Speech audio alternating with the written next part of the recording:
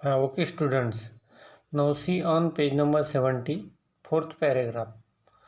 The boys are very useful to the narrator. They are very willing to satisfy all that the narrator requires. They are also found selling newspapers by the narrator one stormy night.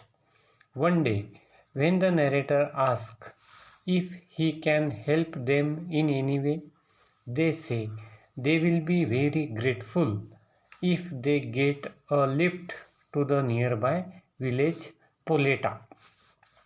The name of the nearby village is Poleta.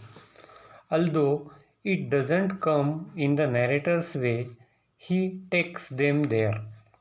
The boys get down in a building and ask the narrator to wait in a nearby cafe until they return within an hour. या मुलांचा नॅरेटरला खूप उपयोगसुद्धा होतो. त्याला हवी असणारी प्रत्येक गोष्ट करायला ते दोघे आनंदाने तैयार असतात. नैरेटर को भी इन दोनों बच्चों का बहुत उपयोग हुआ, क्योंकि नैरेटर को जो भी चीज़ होनी होती है यानी उसको जो चाहिए वो करने के लिए दोनों बहुत ही आनंद से तैयार होते हैं. वन स्टॉर्मी नाइट यानी एका वादळी रात्रि वो तूफान चल रहा था उस रात में. नैरेटर को वो दोनों बच्चे वर्तमान यानी न्यूज़पेपर बेचते हुए दिखते हैं. एक दिन उनको नैरेटर पूछते हैं कि आपको क्या मदद चाहिए मेरे से. तब वो दोनों कहते हैं कि हमको एक नज़दीक के एक गांव पोलेटा हमको जाना है, वहाँ पे आप अगर हमको पहुँचा देंगे तो अच्छा होगा. अब नैरेटर को उस रास्ते जाना नहीं था, फिर भी नैरेटर उनको उस गांव तक पहुँचा देता है. और ये जो लड़के हैं एक इमारत के पास, एक बिल्डिंग के पास उतर जाते हैं और नैरेटर को कहते हैं कि आप यहाँ के जो नज़दीक का कैफ़े है वहाँ पे आप रुक जाइए, तब तक हम 1 घंटे में हम वापस आ जाते हैं. लेकिन eagerness leads the narrator to follow the boys up to a place which is actually a hospital. लेकिन नैरेटर की उत्सुकता बढ़ जाती है और वह उन बच्चों के पीछे पीछे उस जगह पहुंच जाता है. एक्चुअल में वो जगह यानी क्या रहता है, एक हॉस्पिटल रहता है. On peeping through a room led by a nurse he realize that boys are talking to a girl who resembles them. अब एक नर्स ने दिखाने के बाद एक खोली में पीपिंग करके यानी डोकावून पाहिल्यावर वो झाँक कर नैरेटर के ध्यान में आता है कि वह दोनों जो है उनकी तरह दिखने वाली एक लड़की से बातें कर रहे हैं. This is when the nurse tells him he does not feel like intruding and thus asks the nurse the details about the boys. अब ये दोनों जो लड़के हैं उनको न पूछते हुए, अब एक्चुअल में उन नर्स को न पूछते हुए अंदर घुसना, इंट्रूड करना ये नैरेटर को अच्छा नहीं लग रहा था. इसलिए वो नर्स के पास उन बच्चों के बारे में पूछता है.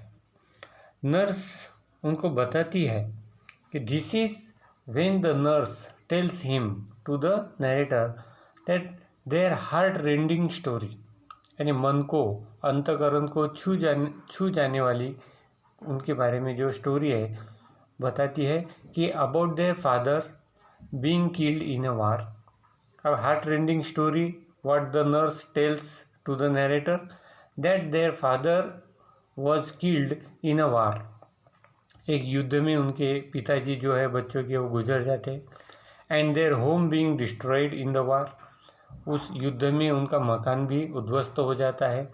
And their sister suffering from tuberculosis, और उनकी जो बहन है वो क्षय रोग से ग्रसित है.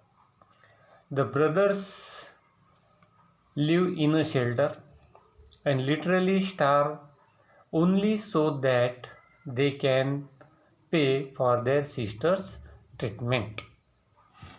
और नर्स नरेटर को यह भी बताती है कि उनके जो पिताजी है वो युद्ध में मारे गए हैं, उनका घर भी उस युद्ध में उद्ध्वस्त हो गया है, नष्ट हो गया है, और उनकी बहन जो है वो क्षय रोग से बीमार है।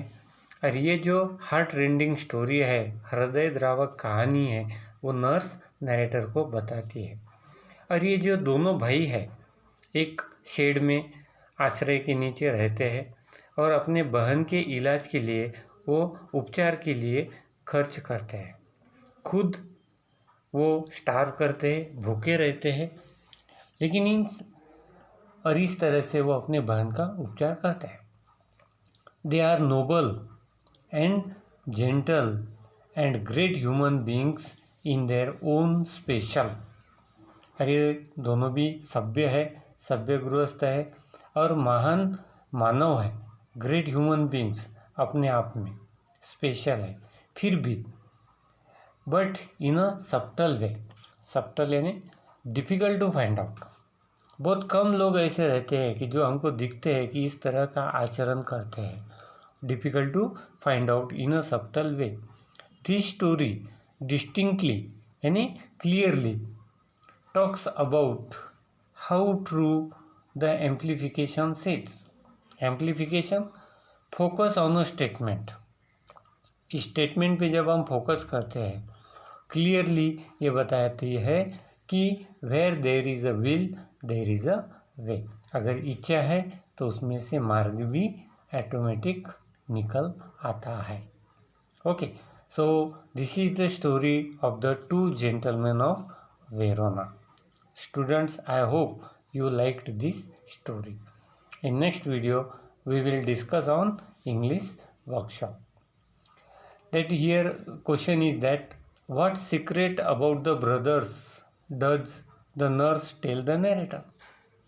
The nurse tells the narrator that अभी जो हम लास्ट पैराग्राफ देख रहे थे कि that their father was being killed in a war, and page number 70 last 3 lines heart rending story के बाद में, that about their father being killed in a war and their home being destroyed in the war and their sister suffering from tuberculosis, and that these boys brothers live in a shelter and literally starve only so that they can pay for their sisters treatment.